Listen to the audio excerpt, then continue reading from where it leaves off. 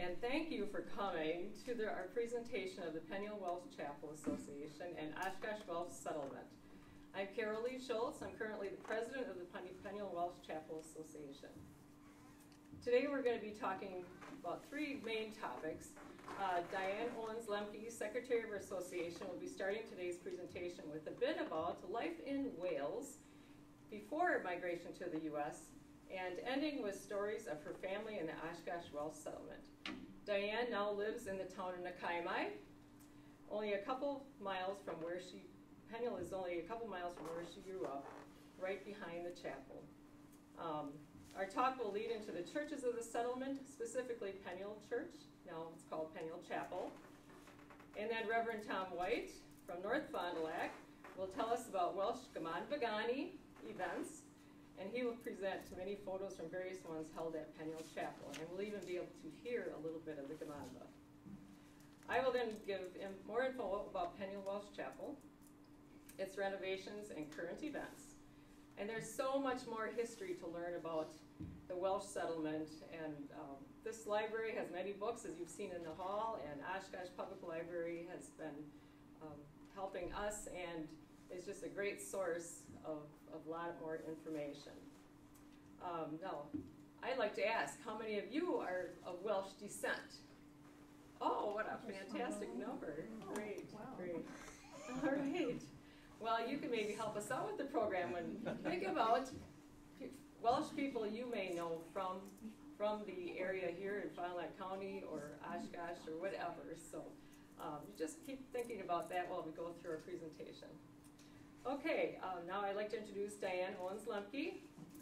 Again, her address is Oshkosh, but she's actually from the town of Nakaimai, but grew up in Fond du Lac County.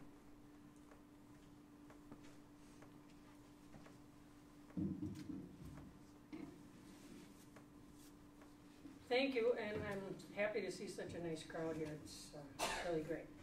Now, the first thing is, does everybody know where Wales is? Just take a stab. Everybody knows? I can't fool you guys. Darn. It's really great that there's this many people that really know where Wales is. Now, I'm going to do a little intro, and this gentleman in front has been to Wales, and I just want to say that Wales has the most castles of any country, and the comment has been made over and over, it wasn't to keep the Welsh in, it was to keep the Welsh out. And you can see my grandfather was born on the Isle of Anglesey, and I will talk about him later.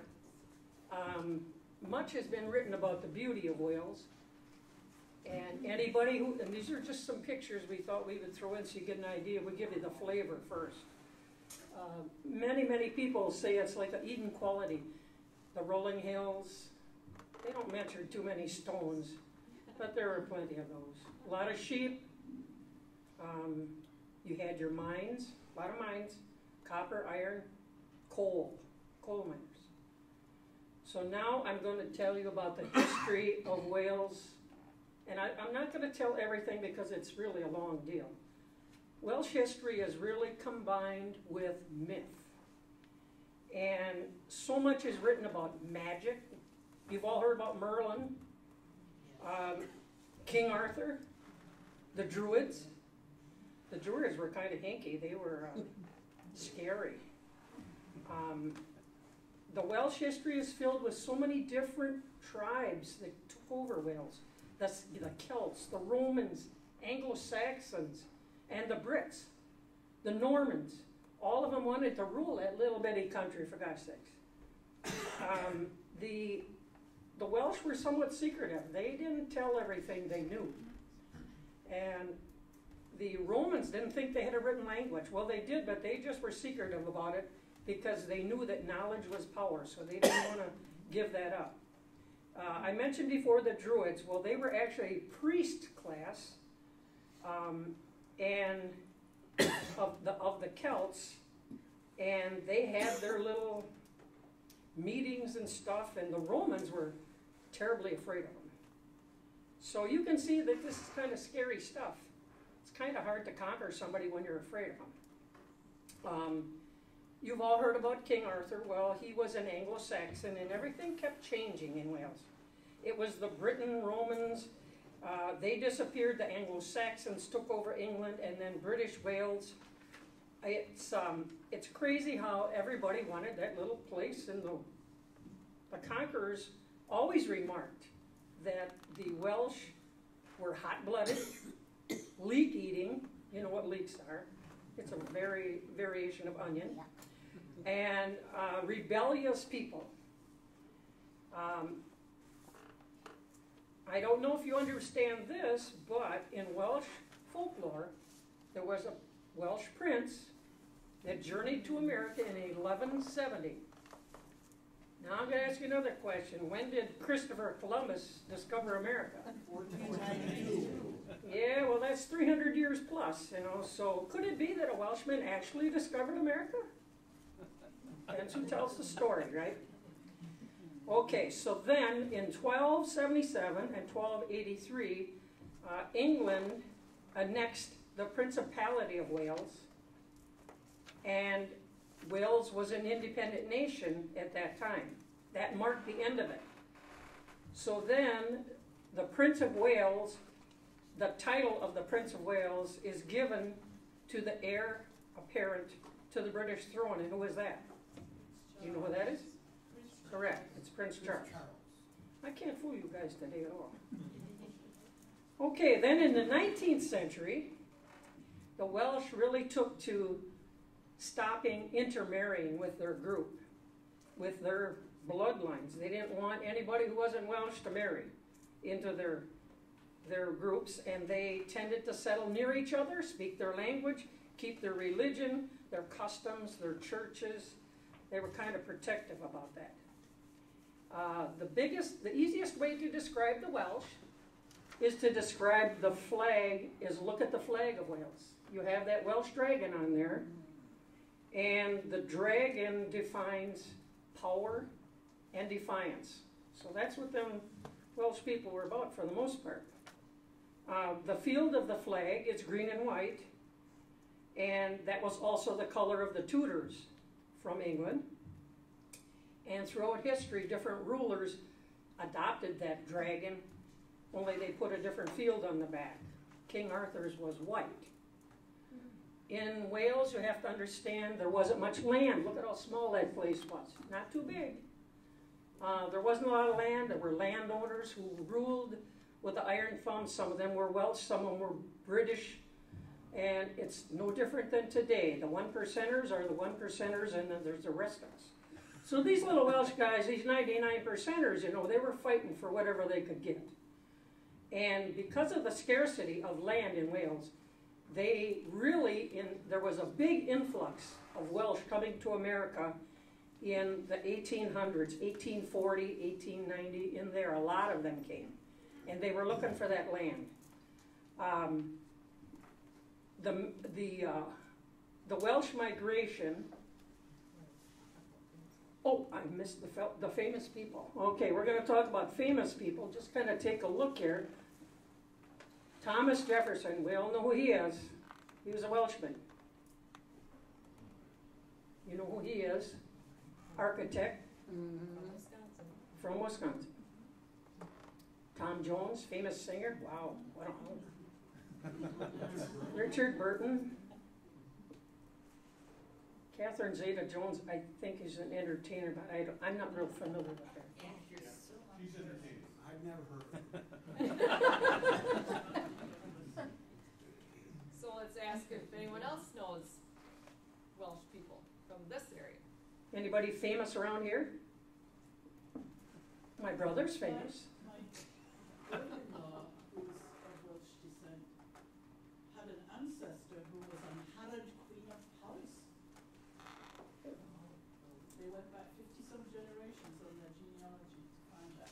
Isn't that awesome? My brother is here today to see this. He's famous. He's your radio man. Oh, yes. He's Fond du Lac's best radio man. Greg Owens. You can clap if you want.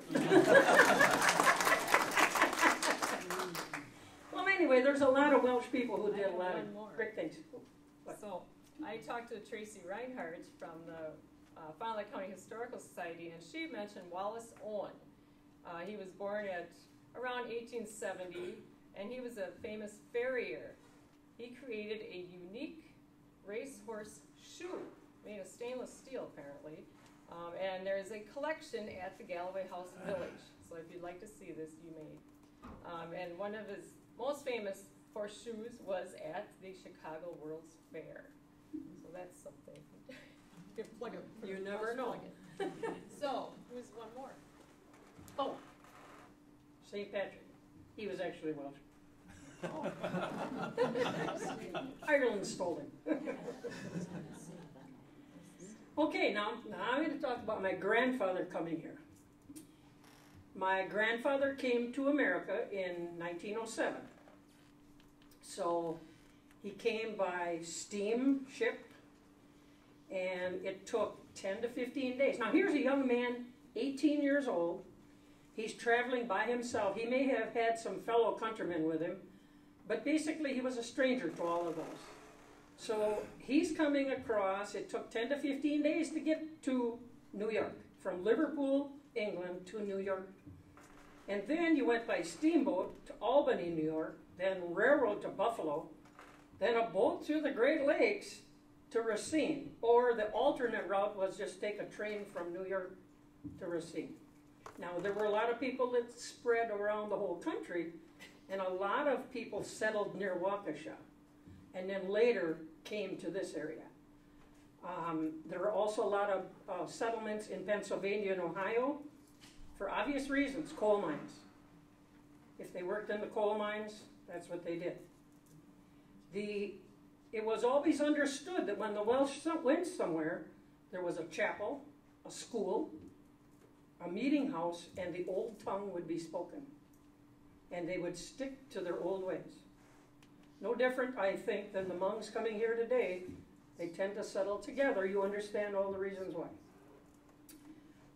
Actually, believe it or not, the Welsh were pioneers in cheese production here. So you can understand, I know where I live, there's umpteen cheese factories were active around. No longer, obviously. The Welsh farmer was known for his hard work and frugality.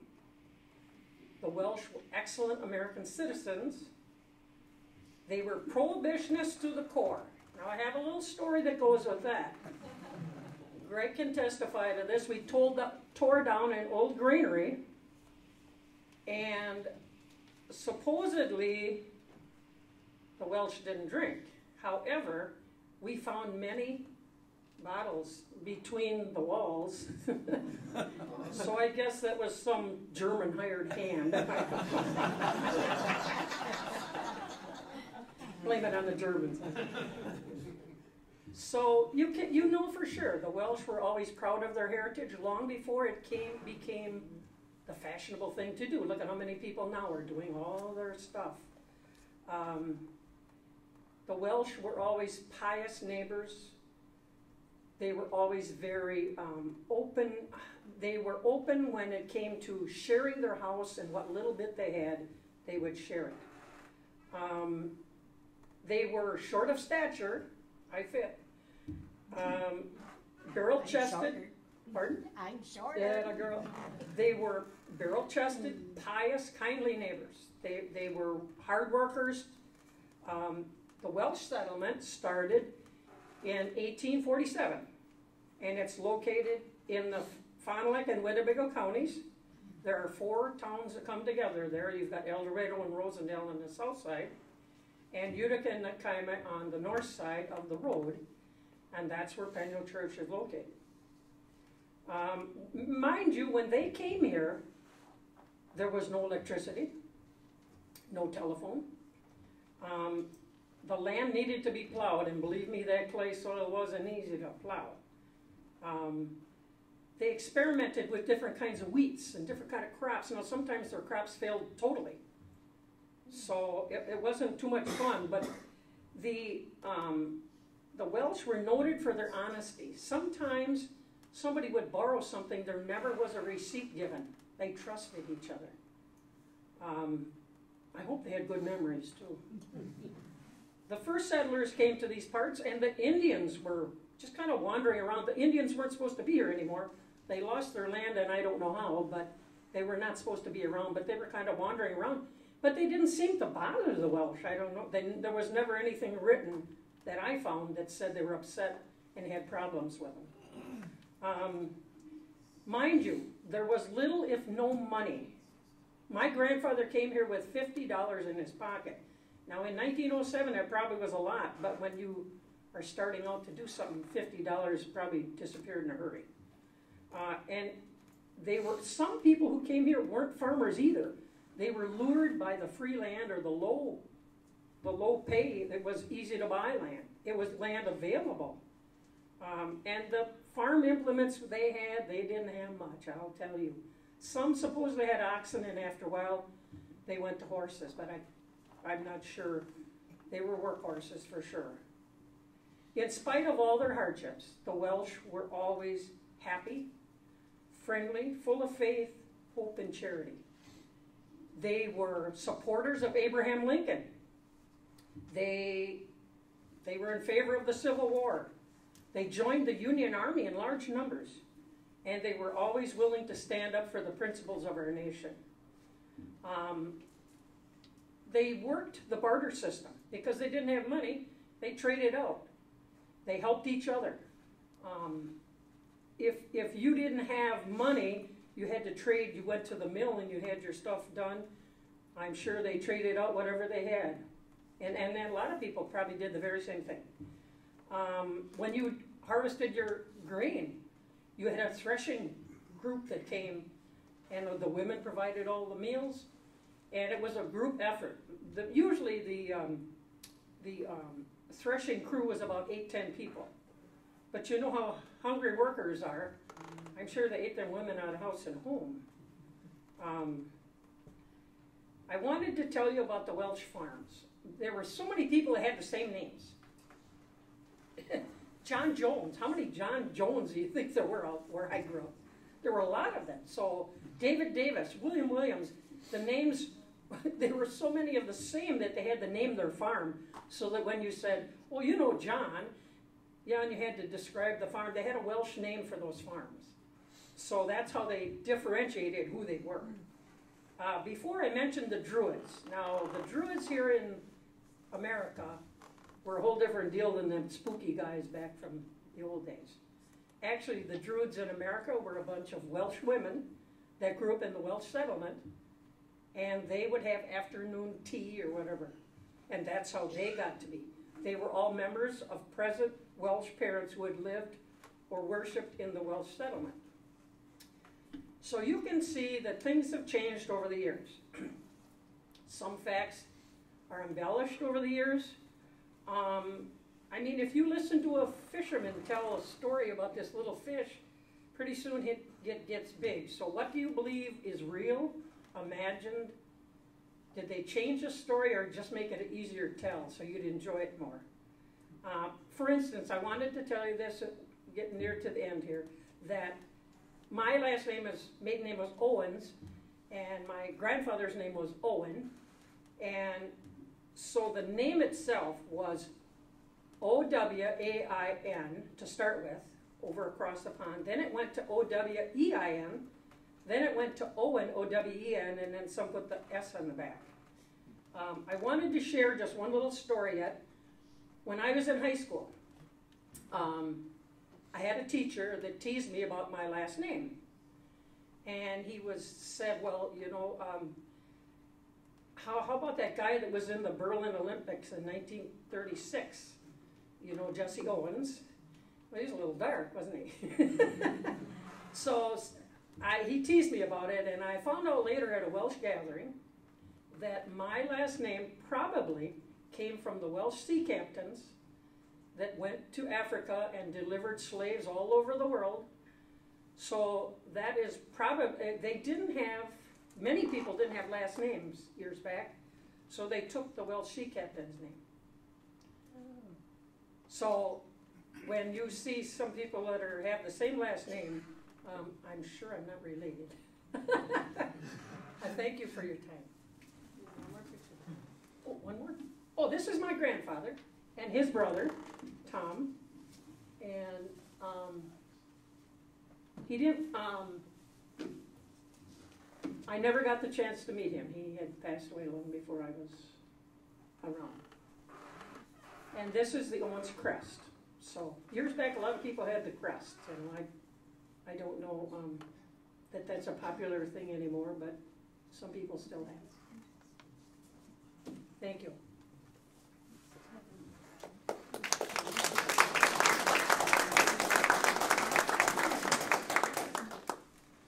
Okay, now we're going to move on to the Oshkosh Welsh Settlement. As Diane stated, a lot of the Welsh people came to the area because of the good farmland and the low-price farmland of that time. And it was in the mid-1800s. Wherever they settled, it was always important that churches were not far from home. 2 Welsh churches were built in Oshkosh and 2 in Neenah. These cities were not that big in the 1850s. The 5 rural churches that we'll be talking more about were placed within 2 miles of the nearest one. So they, of course, people were walking back then. And here we have the listing of the Oshkosh Welsh Settlement churches. So we have Bethesda Church. It was the first one in 1847. 1847 to 49, we have conflicting dates there. That was in section 30, town of Nakayamai. Salem Church, not too far away, was also town of Nakayamai. Zor was real close to Peniel, and that's the town of Rosendale. Peniel Church, town of El Dorado. Bethel Church, town of Nakayamai, and that was very close to Peniel also. And then we had the 2 in Oshkosh, Zion and Salem, and the 2 in Neenah, Sharon Church and Neenah Congregational. So this map shows the location of those 5 churches I just talked about. At the top there was where Salem was, and here's Bethesda. It's still only the only operating church. Here is where Bethel was. Zor is right down there, and there is a beautiful cemetery there. And here's where Peniel is.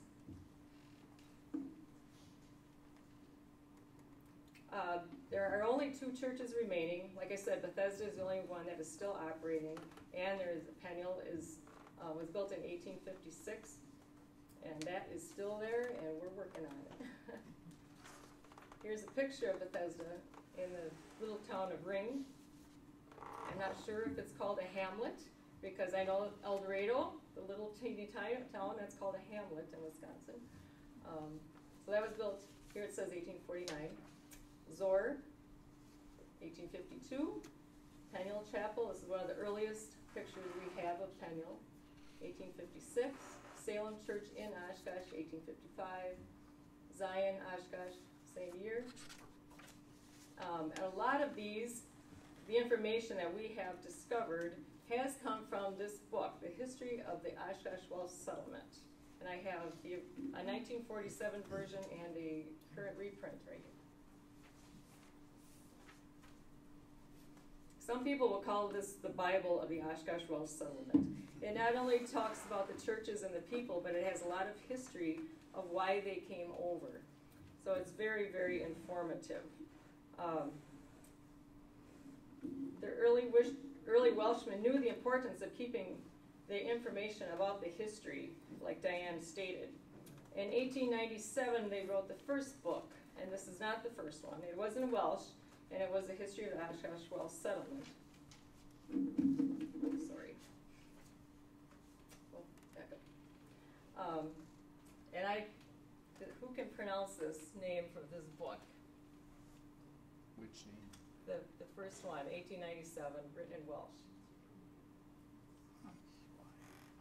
Einstein Cumri? Is that how it's pronounced? Cumri, yeah. Okay, Anna's thank a you. Cumri. And then this book was written in 1947 as the Centennial edition, and that was 1847 to 1947. It was translated into English and updated of some of the history. In 1970s, Bethesda Church printed a softcover book, which I do not have a copy of.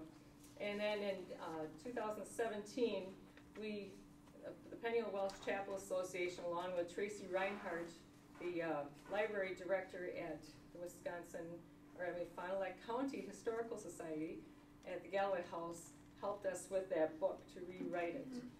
It was just amazing, all the work that she put into it, and we're so appreciative. There were so few books, the 1947 remaining, that we thought it was important to keep this history alive. And that's why we have the new 2017 reprint. They are available to purchase at lulu.com. I have a couple here to sell today, and the information is at the back table. And then also, I was talking about books. There are a number of them on display. As I told you, that Mary gathered some from the library here, and then we have a few books over there to look at on our display tables. And also, my husband's cousin Thomas Schultz wrote a historical, or a fictional history book called The Plagues and Princes. And he is originally from Fond du Lac. He now lives in Kansas City. Those two books I have are two of the trilogy, and it follows a young monk in 1348. It's very informational. So, you can ask us later about any of the books, and the book, The Welsh of Wisconsin, can also be purchased from the State Historical Society. Okay, in our transition to our next topic, I would like to show a couple of slides of different people from the Oshkosh Welsh Settlement. Please note their clothing. It's very interesting. This photo here is of my great-great-grandparents, William and Dorothy Roberts, and he is the first American born of my ancestors on the Roberts side. He also is the first of the three men named William in my family. Like Diane said, they like to use the same name over and over and over. So he would be William's senior, I guess, and then my grandpa was junior, and then there was William the third, and it stopped at that point, but my nephew his middle name is William also. And there are pictures more of my family on that trifold way over on that table that you may look at later. And the next picture is William Owen from Nina, and we don't know the little girl's name, but look at her cute outfit. I think it's just darling. And one of the earliest pictures of my grandfather, which is over there, I believe, is that he's in a dress. So when the little kids were, even the boys used to wear dresses at that time. Now our next topic, we'll go into talking more about Peniel Church. And like I said, it was originally called Church as the other ones were, and now it is called Peniel Chapel. And Reverend Tom White will now present more about Peniel Chapel, and specifically the Gaman Bagani, and talk about not just the Gaman Bagani and what it is at Peniel, but around the state and the nation. The church closed for regular worship in 1977, but the Presbyterians sold the property to the Peniel Gaman Bagani Association, of which we were before, sold it for $1. The church opened its doors every year for a full house, once every year, for the annual Gaman Bagani. Okay, Tom, you can now fill us in about what that Gaman Bagani is all about.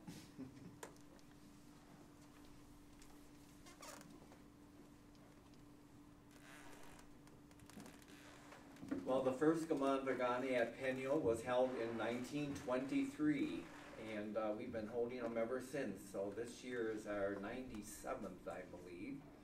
And we've been going at it ever since then. As Carolee said, we usually have a full congregation on that particular Sunday, even though the church is closed. When we have the Gaman Bagani, everybody comes from the past and so on, and they get together and sing. Tom, can you translate that? Oh yes, I was going to mention Gaman Bagani here will be a good illustration of the Welsh language. The F in Welsh is always pronounced as a V. So this is Gaman Va, not Gaman Fa. And then the U is always pronounced as a long E. So it's Gaman Va Gani. So that's how that goes. And I think you didn't want me to say anything really that much about the history, did you? Of the Gamanva, or the church, I mean? No. We pretty much had that. What I wanted to talk about was on another lesson maybe in Welsh, is the I is pronounced as a Y, and the U is pronounced as a long E, as I said from here. So Jesus in Welsh is Yesi. So whenever we're singing a hymn and we have the word Yesi, we know they're talking about Jesus in that hymn. Well, the Gamanvas are always a time where people get together and see people they haven't seen like for a whole year. It's a time of singing with a spiritual emphasis. We have the Welsh hymns. The music usually or always complements the words. And there is some Welsh still sung today. Some is still sung in the Welsh language. Most of it now is sung in English, but we do sing in Welsh. It's a very organized thing. Let's see, what do we have for the bulletins? That's later on, huh? Okay. These are just kind of pictures now of the Welsh, the hymn sings that have been held in the past. And one thing I would like to point out about this picture, the original Peniel Church had two doors, one for the men and one for the women. And there's this window here in the middle. That was taken out, I don't know just exactly when they did the remodeling, but they did away with the two doors and just have the one main door in the middle now. And it was kind of interesting that the middle window was a stained glass window, and just like how many years ago was it, we discovered that window up in an attic, and we got it down and we made it so that it's a lighted window on the inside of the church. So it's kind of interesting that but we still have these are still on the church, those to remind us, I guess, of the past. The singing is done in 4 parts: soprano, alto, bass, tenor. We usually have a person up there directing the hymn singing. We have an old reed organ that must be over 100 years old that we use for the hymn singing, and a piano. And it's kind of interesting. The organ is pitched almost a whole step higher than normal. And so the piano, which had been correctly pitched, had to be pitched up higher to go along with the organ, so that when we put them together, they sound like they belong together. And it's interesting, that piano was tuned I don't know how many decades ago, and it never loses its pitch.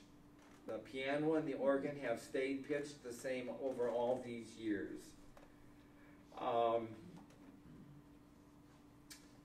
The acoustics are a big factor when it comes to singing, and we have great acoustics at Peniel. And so when people sing, you hear people from all over the sanctuary singing, and it's a beautiful sound. I was going to say, in the years past, they used to have a 10 o'clock in the morning worship service, then the lady served a meal.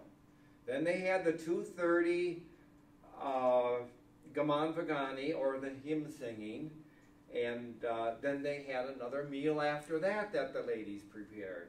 And then at 6:30 we had another evening of singing. And so it was really a big day for a lot of people. Okay. One of the incidents that happened was we had evening singing sessions until about maybe 10 years ago. We had an afternoon singing session and an evening singing session. And one time when we had the evening session, I happened to be playing the old reed organ, and here's Maggie Evans. She played the reed organ for many years, but this gives you an idea of the stops that are on the reed organ and so on. It's quite a unique instrument. Anyway, we were singing in the evening and a thunderstorm came through and it took out the power. So all the lights went out in the church and so on, and so people are all sitting there. Well, one of the Welsh farmers went and got his generator and hooked it up, and but we did keep on singing before he got there. And they got all their flashlights out and so on, and someone came over to the organ, which I was playing at the time, and said, "Here's a light for your music." And he says to me that I said later, "I don't need the flashlight. I know all this music by heart, so you can just give it to somebody else to sing with." So that's pretty much about the Gaman Vagani. We have what we call a chairman who keeps things going at the Gamanva, usually have special music and so on. One of the things I wanted to say about Peniel is a lot of places have kept things very Welsh. And at Peniel, they were more open to having other groups come in. And I think that's one reason why Peniel has survived as well as it has to this day. So if there's any questions, we'll take them later. Yeah. You didn't translate what does that mean? Gaman Vagani. What? Gaman Vagani. I meant to do that. Gamanva means gathering, and Gani means singing. So it's a gathering for singing. And it's only done once a year, or you? It's only done once a year out at the Peniel Church. But otherwise, is it done more than that, say in Wales? Yeah, they sing in Wales yet. Yeah, right. And I think there are 7 in Wisconsin altogether during the year. One in May, the state one. The June one is way in the southwestern part of the state at a little Welsh church, which incidentally is also named Peniel. And then the July one is usually held in the Milwaukee area. The August one is ours at Peniel. Then the September one is Wild Rose, where there was a Welsh church. And then the last one is in October. No, there's October at Cambria. And then we have a Christmas Gamanva in November. So that's how our schedule goes. And I think there is something over on that table that tells all that. So Thank you. You're welcome. So we're not done with the Gaman Vagani. We have many more pictures to show you. So Tom and Diane be on hand to talk about those. If you want to come up when we get to some of those. Diane has a couple specific people she'd like to point out, I know. So this is one of my all-time favorite photos, and it's for sure my favorite found at Peniel Chapel. I guess it reminds me of my mother always wearing his apron and preparing these big meals and things like that, which I'm sure many of your mothers were like that too. But when it comes to Peniel cleaning, I'm usually one of them that help in the kitchen, and I just love this picture, and I think, that pail in the front, I think we actually used that for cleaning the other day. So we haven't gotten rid of all the things yet. That lady in the right foreground is my great-grandmother. She was the matriarch for a long time there at the church. She didn't say much, but the work got done under her hand. So now we're going to just flow through a lot of the photos that we have found, and you just take note of the people, their clothing, the cars, and there are some of those photos over here as well. We did show a lot of pictures of the black and whites of 1946 Gaman Vagani, and we had some of those reprinted over there as well. But there was a newspaper reporter came and took all those photos at that time. So we're just going to keep right on moving along and show some of these pictures, and this is from 1956. Moses Morgan, just listen to some of these names, and Ann Davies Thomas. Those are all very popular Welsh names. Lynette, is this your That's not Byron, that's Elmer. Oh, that's Elmer, okay, that's Lynette's And that's father. Matthew on his knee. Oh, okay. So we have to correct those things. If anyone else knows names, please help us out. There's some others. Look at those hats. Little feathers floating in the wind, and the cute little kids.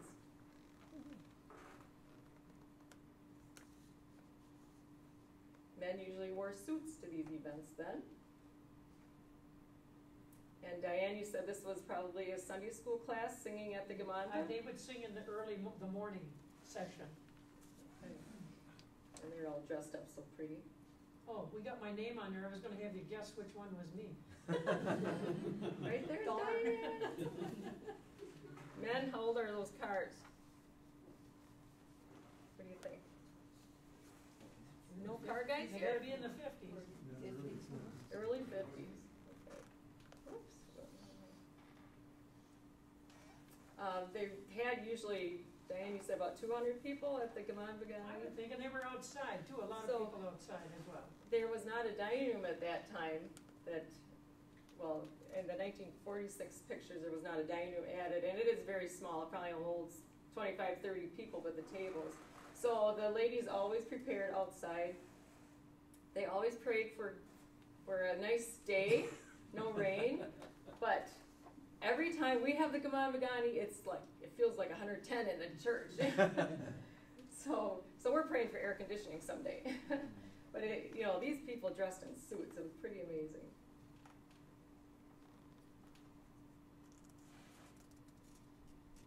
I love this lady's outfit. So formal. Tom, did you want to say something about Moses? Well, Moses Morgan was a very instrumental person, leader at the Peniel Church. He organized quartet singing and that kind of thing, and really organized the Gamonda itself. So, and after he passed away, he had 3 children: Owen Welsh, Lee Morgan, and Isla Morgan, and they were very active also in keeping things going. Now we're going to jump to 1994. So as you can see, the congregation is still overflowing. And we typically have 120 to 175 people at our Gamonda events. A few years ago, Tom celebrated his 50th anniversary playing the reed organ, and my husband counted 200. So we had them, it was a beautiful day so they could sit outside. Here is Lee Morgan and Olwen Welk, very prominent people, and Dale Hughes here lives in Madison, is that correct? And he is still on the state board of the the Welsh Gamonda Association of Wisconsin.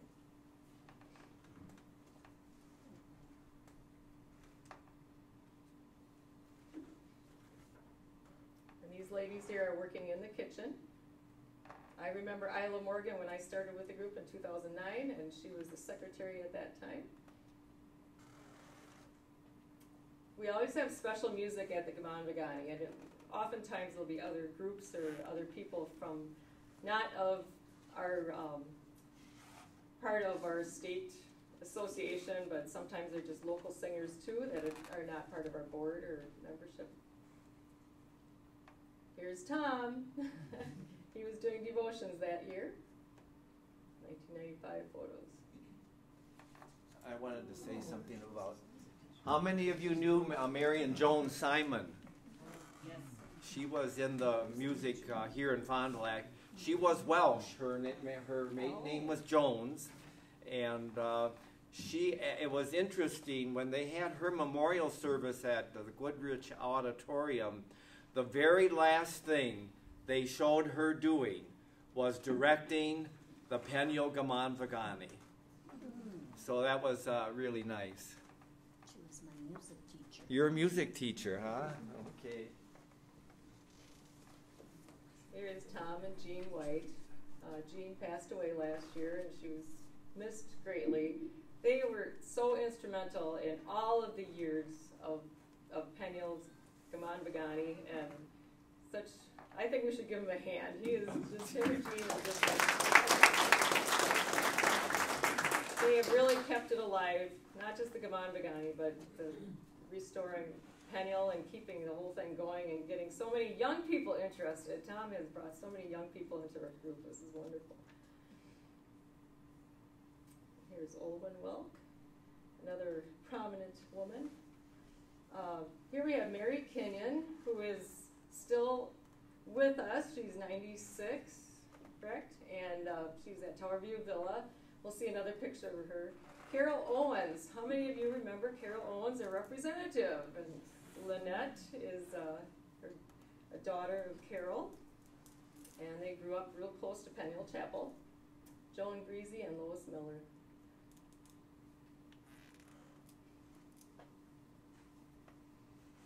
This is an example of the 2007 bulletin of the Gaman Vagani.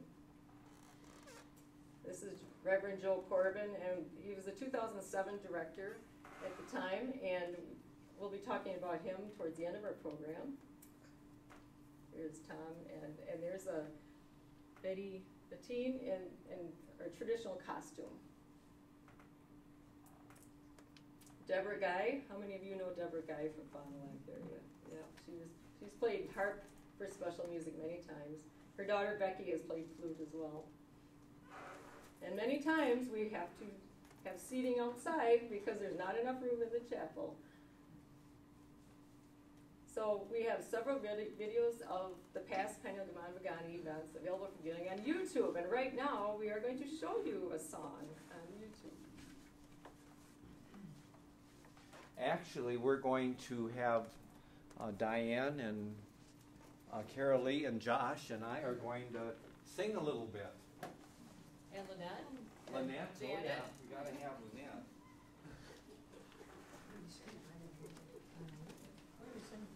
Play. 23.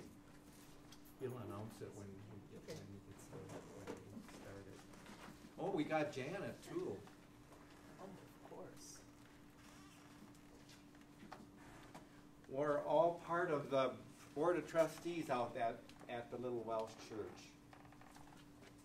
Number 23 is what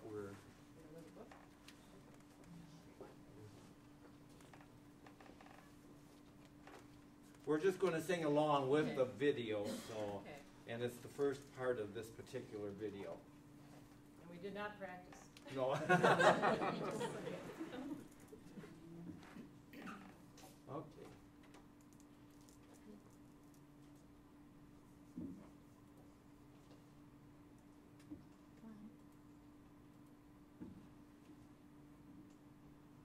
This gives you a good idea of the inside of the chapel. Okay. Yeah, it was playing before.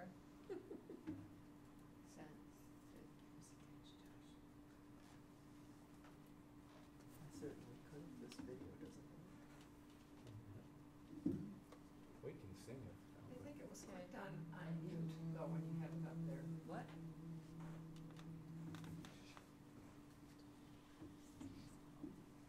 See, it says mute. If you go back one, it says mute. That's mute if I hit it. It said unmute. It said unmute. Wow. No, it's unmuted.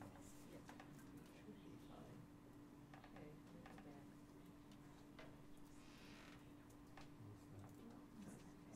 It was really loud before.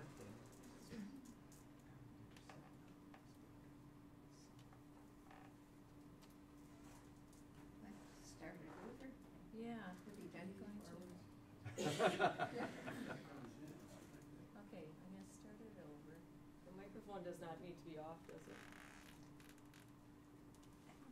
Thanks, Paul. I don't know why it's not. No, it said unmute for a moment. Now it's, Now it's back to mute. yeah, if I wanna mute it, I can do that.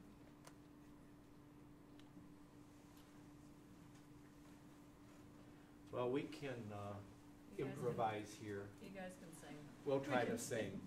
How much are you singing? Of English, right? We're going to sing the first verse in Welsh. Oh, we are not. Well, Josh and I can sing in Welsh. Okay, okay. Go for it. We can do the first in Welsh and then Yeah. Okay. Okay. And let's see, how we, you do the melody, okay? Oh, yes, Imar, Oranya, Bir, Iran, Ringwan, Yunan, Yotir.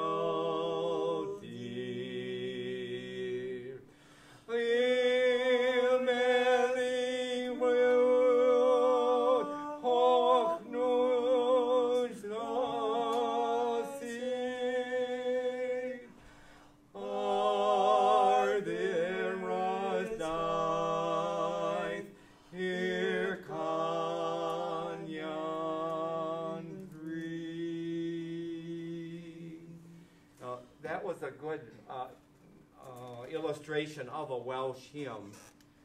A lot of times they start in harmony like that, then they go into parts, then they start, in unison. They start in unison and go into parts, then they go back to unison and go into parts. And are you all ready to sing? What verse? Which one? The first verse. Okay. Come, gracious Lord. Okay. Here we go. Come, gracious Lord, descend and dwell by faith and love in honoring rest. Then shall we know and taste and feel the joys that cannot be expressed.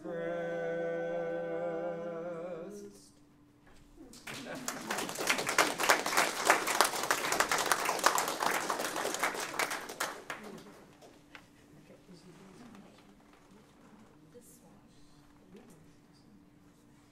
If I do it. Screen. There are a lot of Welsh hymns in your hymn books, in your ordinary hymn books, a lot of Welsh hymn tunes, which is interesting.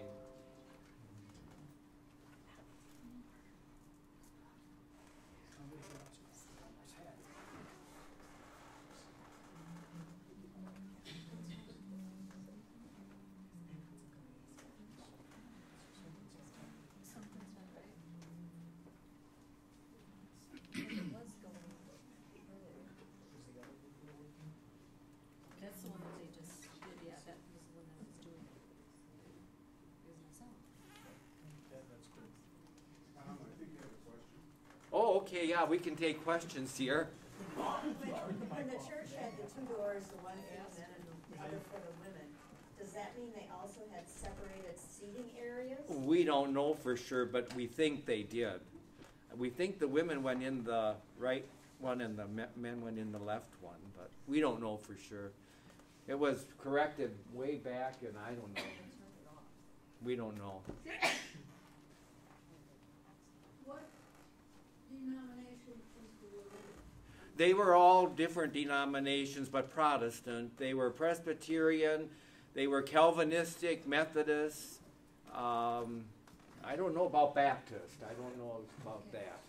They were at one time, I believe, in one of the churches, they were Baptist. In my lifetime, Kenyon has been Welsh Presbyterian, whatever that means, it's Presbyterian. Yeah. But it sounds like it was ecumenical, trying to open to all religions. I would think so, yeah.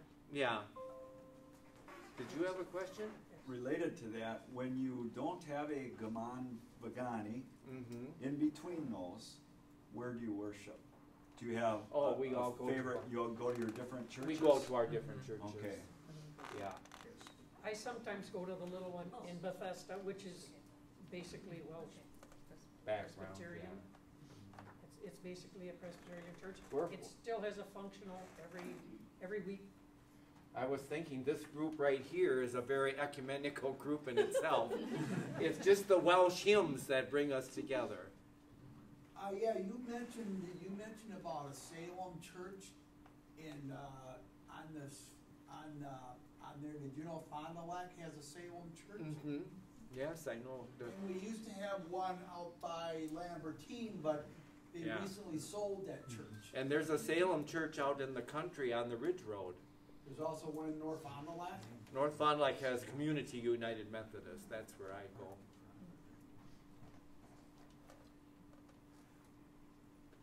Can you tell me, why did the Welsh start coming in 1840?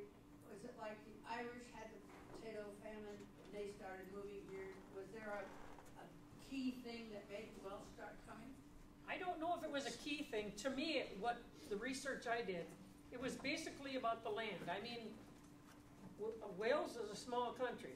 So as that's filling up, I'm guessing some of them think, well, let's just get out of Dodge and go look for something better, because they had very few chances to have land in Wales. There were the uppers, the 1%ers had the land, the rest of the guys were out of luck. So the land was cheap in America, you just had to get there. Well, was Wales also doing potatoes at the same time? I don't know that they did so much potatoes. No, not a big potato crop, and the Welsh immigration, Diane's correct, it's mainly a land-based immigration. Keep in mind, Wales is the size of about 5 or 6 Wisconsin counties. It's a very small place. So you've got these families with multiple kids. In our case, in our grandfather's case, there were, we know there were 4 brothers for sure. I don't know how many sisters there were. But there were 4 brothers. 2 stayed there, and 2 came here. And they both came looking for land. And the places that Diane mentioned, Pennsylvania, Ohio, Iowa, you know, there again, mostly farming. Our grandfather came from the north of Wales, which is a farming community. You think of coal mining around Cardiff, the capital. The mining is mainly in the south part of the country. And the northern part was agricultural. You got to have a place to put those sheep. And they had no place. There was no room for the sheep on the boat. So okay. Being able to leave your land to your family, and if there were 4 brothers, if you divided it up between 4 of them, they all ended up with a little tiny plot. Right. So it was just Not enough to raise a family on, that's for sure. Right. So I guess we have this fixed. So which song is this called? You want to play just a little of that first one that we sang, or not? Or should we just go to the other one? I just thought it would give you a little, it sounds a little better when they sing it than it does when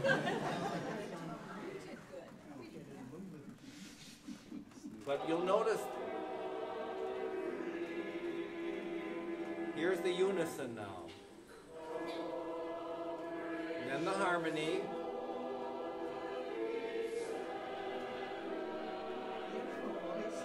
And now it's the unison again. No, not yet. Now it's in unison here. Then harmony.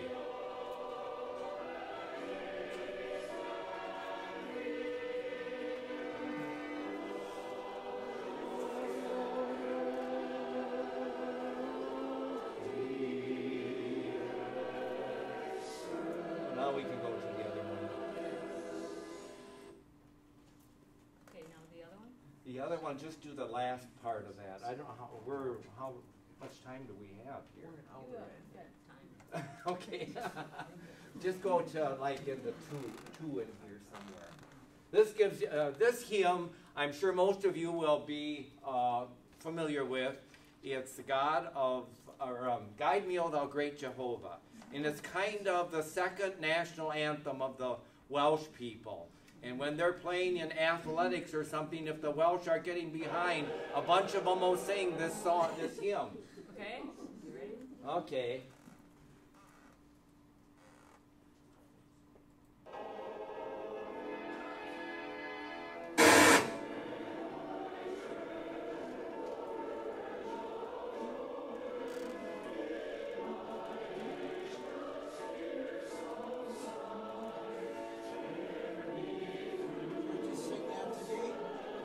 Yeah. Why didn't we? I said they do. Oh, well, I wanted you to see what it's like at a Gamanva.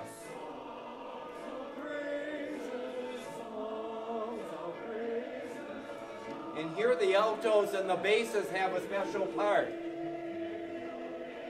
Hear that in there? And here we go on and on and on.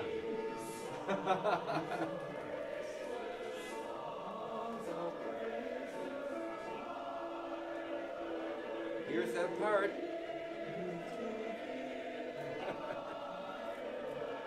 We're not done yet. The director will do this, and that means one more chord. This is Josh back here.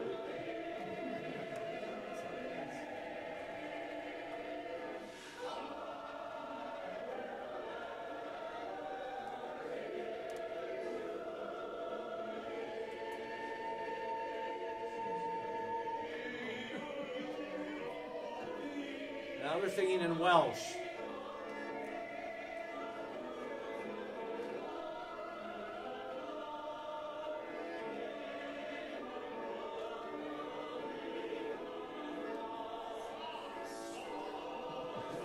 Yeah, they keep going.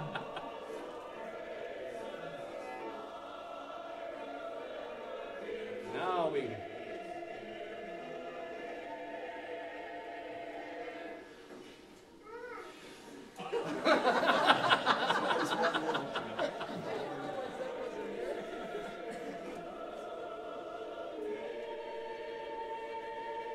And this lady right here is the 96-year-old, and she has been at every one of the Gamanvas. She was brought as a baby in 1923, and she's been at every Gamanva, and she welcomes the people to the hymn sing. Is this your local one? Yes. This was our local one at Peniel, in the Peniel Church. How frequently do you practice together? This group? Well, we just come and sing. We don't practice. Welsh people are born hearing the harmony. They never have to really learn it. They just know it. Yeah. Unless you're 3/4 German like me. Then you gotta work at it. If you come to the Gamanva, it will spoil you for all other church singing. Yeah. Once you have heard it, you can go to any church and they'll say, yeah, these guys aren't as good. Give me your own. It's just And there are people organize their vacation time so that they can come to Peniel from other states. The acoustics in this church are just amazing. So it gives you goosebumps to come there and hear the music and participate. How much ahead of time do you have to show up to get a seat? Oh, Half hour. Half hour. about a half That's hour. maybe a But we little do a slower. little preliminary singing before the actual thing happens. So you. It starts at 2:30, and I have already been there at 11:30 to open up the church, and people are coming, and they picnic outside on the lawn so they can come in and get a good seat. you But know. we normally have a seating for everybody pretty much in the sanctuary. Mostly. Yeah. And so it's just, you can hear the singing. Every seat is a good seat as far as hearing the singing. If you get a seat, it's a good seat. Yeah, that's right. We were talking about the language before. We sang A Mighty Fortress is Our God one time, which of course is not Welsh at all. And after we got done singing it, someone said, I wondered which way the blood transfusion was going on that one. We Okay. sing that one at Salem about, when was it? We sing that every once in a while. Okay, good. So here we are at 2017. This is Trevor Williams, and he is from Wales. Fantastic voice.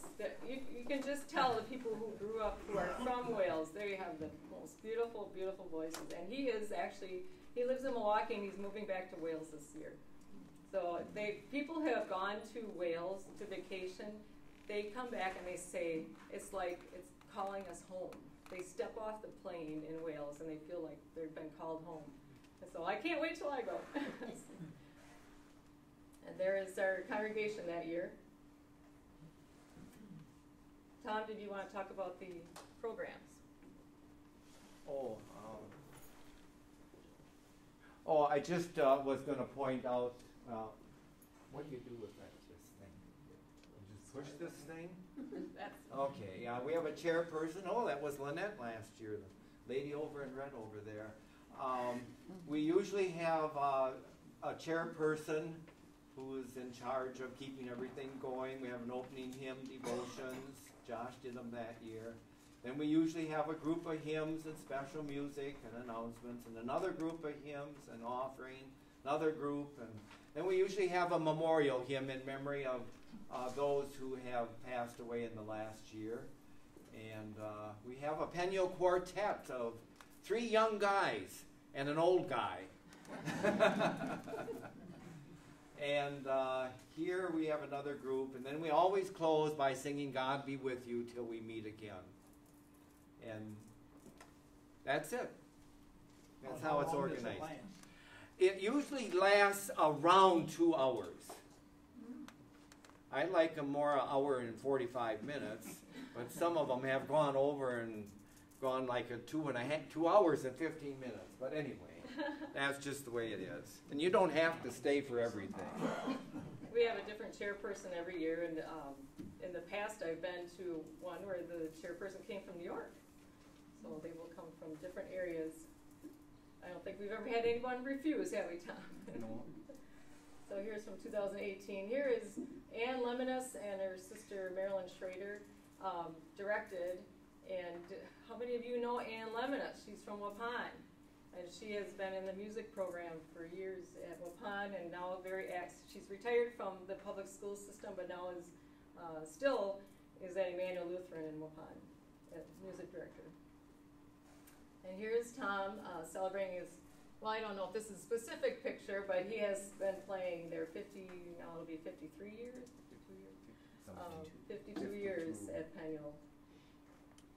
And Sarah Conrad has been a piano accompanist for many years. How many of you know Sarah? She's from El Dorado. And she was, I took piano lessons from her 3 years when I was a kid. I should have never stopped. But she remembers coming to Peniel playing when her grandma was a lay preacher, and she would plunk away on the piano for her. But Sarah has been playing at Gaban Vagani for many years and also accompanies the Peniel Quartet. So there are many other Wisconsin and North American Welsh events going on. We had the Welsh Weekend, and it's always the first weekend of May, and it travels around Wisconsin. This year it was in Jackson. So if you have a church that would like to host this, please let us know. And here is the Gaman Vagani schedule. You can see that we're in different areas down at Peniel of Rui. I was there last year, and it's another amazing little bitty church. And they also do not have a water system. They have a cabin system with a tank up in the attic and things like that. And we have a system that we just put in last year, but it's pretty neat seeing these old churches. Otherwise, there's the Milwaukee Gaman Vagani is in July, and then ours August, Wild Rose in September, the Celtic Festival. This is that's something new that they've done. Oh, okay. I'm not even familiar with that one. So that's in September. In October is the Cambria, and that is still 2 sessions in the afternoon and in the evening. And then the Christmas Gaman Vagani also travels, and that's always in November at different churches. Last year, the Christmas Gamanda was in Fond du Lac at St. Paul's Cathedral. And I miss that. You missed that? We had a full house. The cathedral was full and beautiful singing.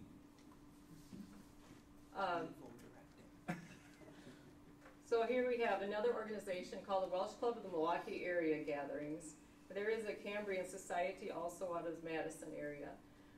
You can see the dates they have.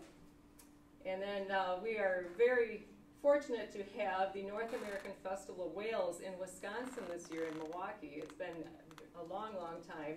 Usually it's very far away, but some people, like Tom, are still committed to go at every one. I have been to one of them already. So this year will be in Milwaukee, and there's more information. I have 3 brochures at the table. When you enter, there's a table, the first table has a lot of giveaways on it, so be sure to stop and look at that.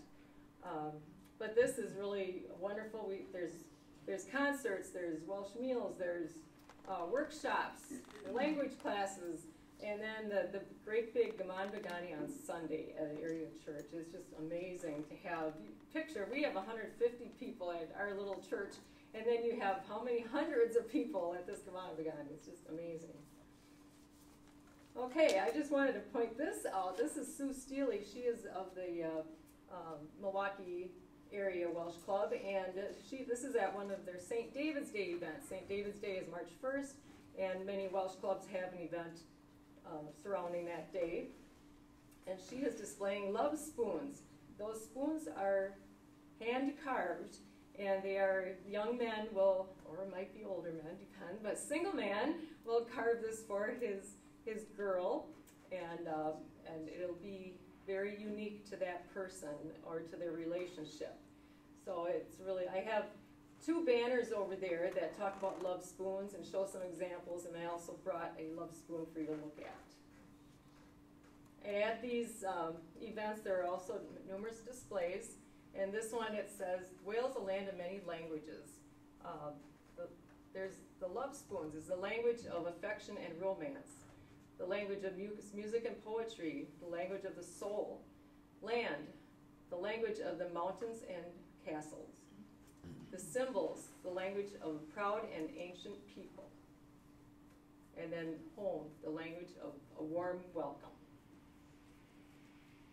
So now I'd like to transition into talking about Peniel Welsh Chapel Association and of the 21st century. Let me just regroup here.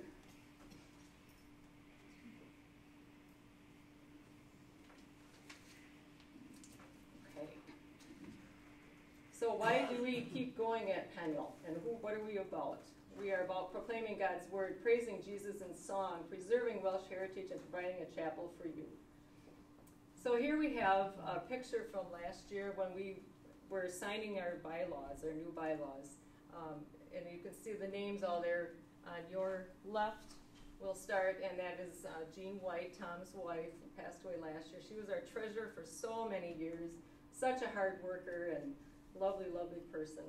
Josh Geezy, Lynette Booth, Tom White, Diane Owens Lemke, Lynette's brother Matt Owens, the gal there's Joanna Camps, Devin Shirk, and myself. And this is Mary Kenyon as of last year also, when she's been, like Tom said, to all 96 Gaman Bagani events at Peniel. And I'm just going to briefly talk about our renovations that we are doing.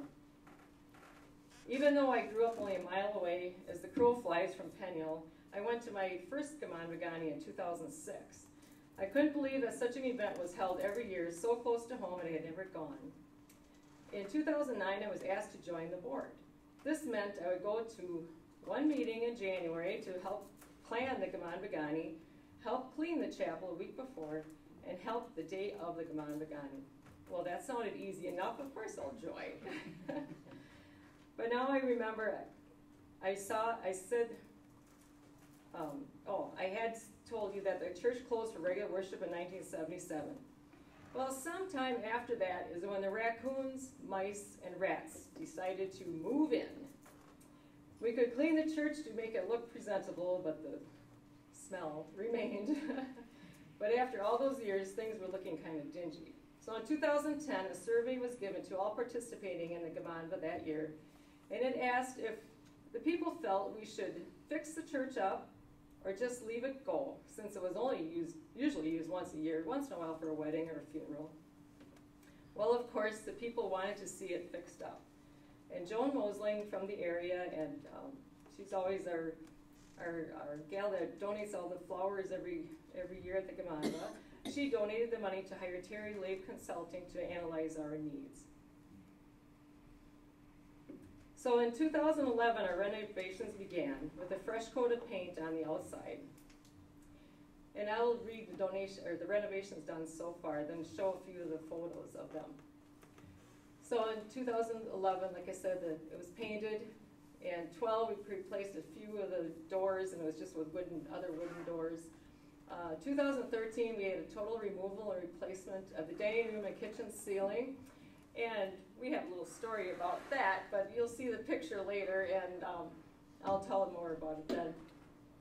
And then that year also we had a new steel shake roof put on, and it was a huge financial gift from Phyllis Miller, Phyllis and her husband Dave from the area. They used to be members of Peniel Chapel, and they hated to see it closed for regular worship. In 2014, the electrical system was updated. 2015, a new front porch the front porch was torn off. New composite maintenance-free front porch was added. The south driveway added in 17, and also a new door on the south side for handicap entry. 2018, new countertops in the kitchen, yahoo! And then we also have that water system that we put in. So here's what it looked like once we had the ceiling torn out. The ceiling, it was done by Diane, and she was in her 60s. Darlene Karras was in her 70s, and me in my 50s. And we three ladies got to work, and we tore that ceiling out. And my husband came and removed the electrical so that we could add to things better. But you could tell we were all farm gals because we weren't afraid of the dirt and the dust and all that. What was a neat thing after this is that when we had everything bagged up and loaded on the truck to haul away, my husband looked out the door and he says, looking up in the sky, and here is a rainbow. After we had everything done. And it was just like God saying, thank you, and I promise, that this will continue, this chapel will continue. So we were really honored with that. Here is John Pitson and his Rightway co-worker up on the roof, getting ready to put the new roofing on. And then here is our dilemma when it came to needing a front porch. This was the front of the church. Those cracks had been repaired many, many times, and it got to be so wide and so dangerous we had to tear it off. And that those wooden steps on the right side is where the raccoons entered every year. We would patch it up every year, and every year we'd come back and it would be all scratched open. They would go underneath the church and climb up the walls and get into the attics. Not anymore. So here's my husband with the backhoe digging out the front porch that was there, the concrete. There were actually 4 layers of steps that we found. So they have been repaired again and again. And here's the process of the new porch. And there's the finished product. And then Tom had the great idea of putting a south driveway, and we had a handicap entrance in the back now, so we should have a driveway for them to exit, so no one had to back up around. So here we are working on that. So our current project is exterior renovation. Instead of painting again, and it not only lasting a short number of years, we decided to go ahead and make it maintenance-free, just like the roof. So we're going to be removing the old siding, replacing, there's a lot of rotten wood around the windows and such. Insulate, the church has never been insulated. Have a softened fascia of the trim, install PVC coated seamless steel siding, so it will be maintenance-free for generations to come. And the contractor is Rightway Home Improvement. So what we've done so far for fundraising is to have letter, postcard campaigns, announcements at state and local Gaman-Vagani events, newspaper articles, posters are part of the funds that we receive at our Peniel events. We take free will offering, and part of that goes towards the renovations, but a lot of it goes for outreach and food and things for the events. And this year we did have a dinner concert in Rosendale in January, which was beautifully attended, and it was a beautiful, beautiful concert. And then we had a hymn sing at Tom's Church in North Fond du Lac. So this is the bulletin front from that hymn sing. This is a sign we have posted on the railing in front of the church, talking, it's kind of like a thermometer thing, where how far we are in our renovation project.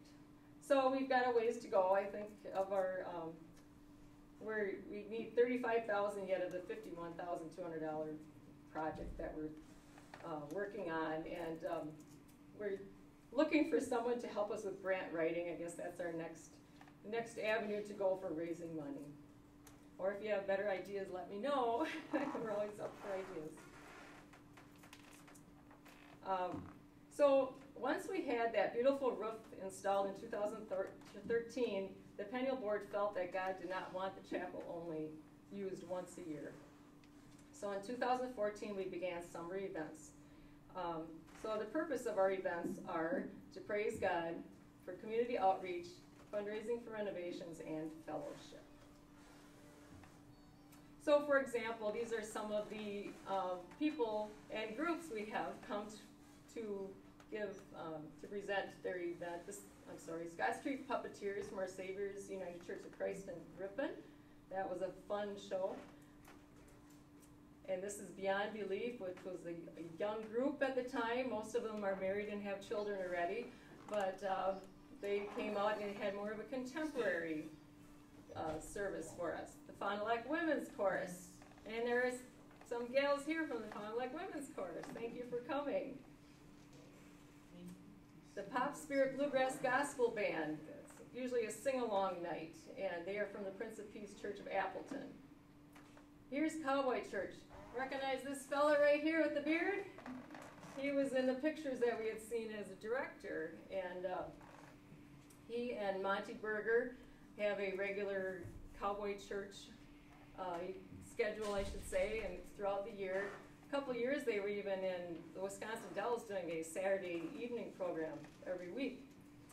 Kay Loberg comes from Appleton Way, and she joins them in playing her fiddle for our Cowboy Church, but it's a lot of fun. And we ask people to dress up. So here's the Camps family. There's Janet, who is here today. They're just a wonderful, this family is just a blessing. They're new to our Peniel group and such a blessing, and so talented. And here's Mary Kenyon. You've seen a couple pictures of her already. And Matt Owens. Mary can even dress up in her cowgirl outfit. Larry Conrad. How many of you know Larry Conrad? He's from El Dorado. And he was my music teacher for years and years in Rosendale. Still has a beautiful voice, and he lives north of El Dorado. Here's the pretty trio. Steve Schultz is the cousin of my husband's, and he lives in Fond du Lac. He plays trombone, and he visits, he has a nice program that he visits many nursing homes, and also plays for the Beaver Dam Orchestra. And here's the new generation singers from Central Wisconsin Christian School. Last Saturday night marked their 3rd year coming to Peniel. They always come in May, so the kids are still in school. But I just was at a program of theirs Tuesday night, and Mrs. Laura Tenpass is their instructor, and she said the kids just love coming to Peniel Chapel. So how neat is it to have a younger generation step foot in this historical building and sing their wonderful praises to God too. I think it's just wonderful. And here's the Peniel Quartet. They have a Saturday evening program the night before the Gaman Vagani. And we have Christopher Guy, Josh Geezy is here, Devin Shirk, and Reverend Tom White. And I want to mention that Tom has recruited these young men. Chris was is a grandson of a couple that were part of Peniel Chapel Association for many, many years. But he is now a music teacher as well. And he has a wonderful voice. Well, all of them have beautiful, beautiful voices. Jason Roberts from Fond du Lac. I don't know if any of you know him. He plays bagpipes for the Clan Donald Pipes and Drums, which is from the Fox Valley area. He came for a Gamanva once or twice, and we loved it so well, and we are actually having the whole group come this year, the evening before the Gamanva. A couple of years we had a Welsh Day that Saturday, and here is Greg Owens and Diane's sister, Diane Owens Lemke, doing a presentation about Wales. And Greg, thank you again for that. He is very knowledgeable about Wales. We also did cemetery walks, and once again this year we are starting a cemetery walk. The cemetery walks will begin at Bethesda Church at 10 o'clock on the 24th, and then we're going from Bethesda to Zor, which is only a couple miles away, and then we'll have a lunch at Peniel. But that's always interesting. We usually have a few people talking about different family groups. And here is our little dining room. So we always have refreshments at each event, sometimes full meals, and that's all for free will offering as well. This is our little kitchen, which is, the dining room and kitchen are kind of all one. So you can see in the corner there, old refrigerator, and that baby still works. It cools faster than our newer one that's against the wall right there. But it keeps plugging away. We do have an old stove that we're actually trying to sell. We're afraid to even run the thing. You know, it hadn't been fired up probably since the 70s, but we want to try to sell that. And we have outdoor seating, and we always like to have fellowship outside as well. Here are our event schedule. We had the New Generation Singers Saturday evening. We have the Golden Tones of Oshkosh next, June 15th. And Diane is part of the Golden Tones. They're from the Oshkosh Senior Center. Golden means old. And our Cowboy Church is July 20th. August 3rd is the hymn sing by Larry Conrad, and Sarah will be accompanying him, and Tom on the organ. Then the Peniel Quartet on the 24th, and as well as other events. Well, we have earlier in that day, there'll be the cemetery walk, the lunch, and we're also having a DNA genealogy workshop, and Tracy Reinhardt from, I spoke of her before, from the Fond du Lac County Historical Society will be leading that, as well as Sandy Stanisic from Illinois will be helping. And then the 4 o'clock will be the concert, and 5 o'clock a Welsh meal, and 6 o'clock the Peniel Quartet. You don't want to miss the quartet. That's really great. And then at Gaman Bagani on Sunday the 25th at 2:30. September we have Talent Night. If anyone would like to come with their talent, we would love to have you. And please talk to Pastor Tom about that. And he will get you on the schedule. But the camp family will be there as well, and as other talent. So, in conclusion, here's more information. And my information, we have a brand new Facebook. You know, we've never done that before. We're coming into the right century here. So look up Peniel Welsh Chapel. We do not have our own website, but we are on the Welsh Gamagani of Association of Wisconsin website, and just plug in Peniel in the search. Any donations will be welcomed, and that gets sent to Lynette Booth as our treasurer. Also,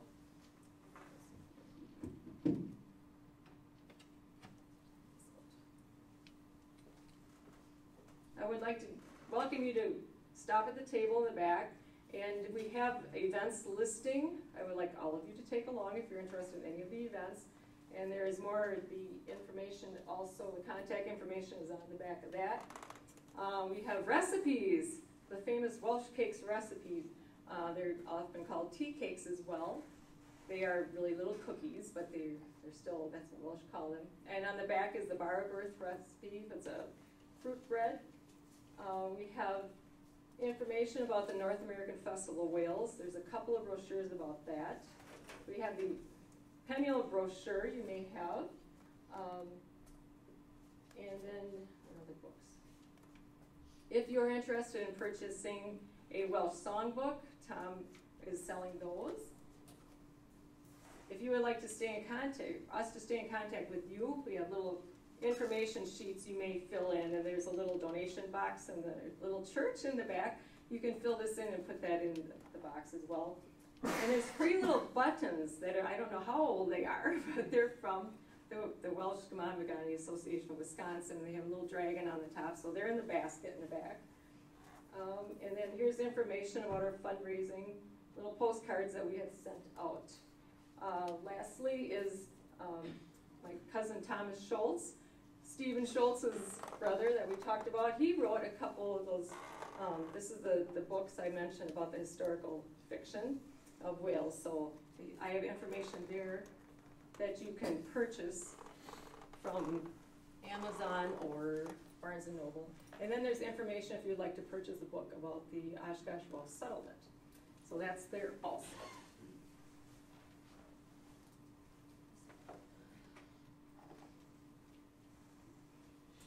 So I thank the Fond du Lac County, or the Fond du Lac Public Library for having us. This was all brand new to us. We've never done a presentation before. So I thank you for the opportunity, and we thank Mary Lev for all the help. Oh my goodness. I had no idea it would take all these hours. So she worked so much with us and helped us put this all together. Tracy Reinhardt came over and helped us with the library also. The Oshkosh Public Library was nice enough to help Diane when she went over there to get some information about history. We thank Reverend Tom White and Diane's for helping present, and the rest of the Peniel Welsh Chapel group for coming and helping us sing and answering any questions that you may have. So here is the end, and this was another rainbow picture taken. Janet, how long ago did Joanna take this? Was it 2 years ago? It was in January of last year, so a little over a year in June. Okay, so Joanna found this, saw the rainbow, and she ran with her camera to Peniel area. Yeah, there's leaves on the trees. Yeah, no snow. Sometime last year this picture was taken, so I'm thankful for that. So please look at all of our displays. There's a number of them. There's pictures over here, there's photographs and things, and there's other things on display, books and information. Just take your time. Do we have any other questions? Carolee, did you ask how many of these wonderful folks have been to Wales? How many have been to Wales? 3 of you. Wonderful. Well, we may. How many have been to Peniel? How many of you have been to Peniel? Well, a few more. Wonderful. A few thousand times. A few thousand times. So if you see the church is right there, well, there's a long driveway over here, and right over there is where Greg and Diane grew up. We were chasing raccoons out from under that church long before you were here. And a couple of skunks. And a couple of skunks. Okay. Carolee, are we accepting donations today toward the fund? Yes, we If are. any of these folks are feeling generous, That would because be I know there's a amazing. lot of frugal Welsh in here, but I think we should dig deep. Because we're promoting and protecting our heritage. That's great. I'll be the first one to reach into my wallet, if everybody else will. All right, thank you, There's Greg. not much there, but it adds up. Great. There's also a recipe I take over there for leek soup, if you're interested that's in that, right. something different. I didn't grab that one. Yes, And Diane has. there were a bunch of terms of whatever, I don't know. By all means, take a leek soup recipe. So That we joke will. costs another $5. Let's go, people. Come on, get out the back wall. Oh, wonderful. Any other questions? Yes. The crucifix up on the roof, usually it would be in line, so when you walked up to the front door of the church, it would be standing up above you looking straight at you. This is positioned so that it's visible to the east and west. Right. I would presume that that is to enlighten people as to where the church is in reference to the highway. Right. So this cross up here is neon. It's a very pale blue. And Highway 26 is only a quarter mile from the chapel, but you can see that lit at Yeah, night. you can spot it. It's really beautiful, really beautiful. And I go there. Well, the other night we were there, and it's just so beautiful. Everything else dark, and here's this beautiful cross glowing. It's very moving. Anything else? You're welcome to stay and ask more questions. And thank you guys so are a much great for audience. coming. Wow. Thank you.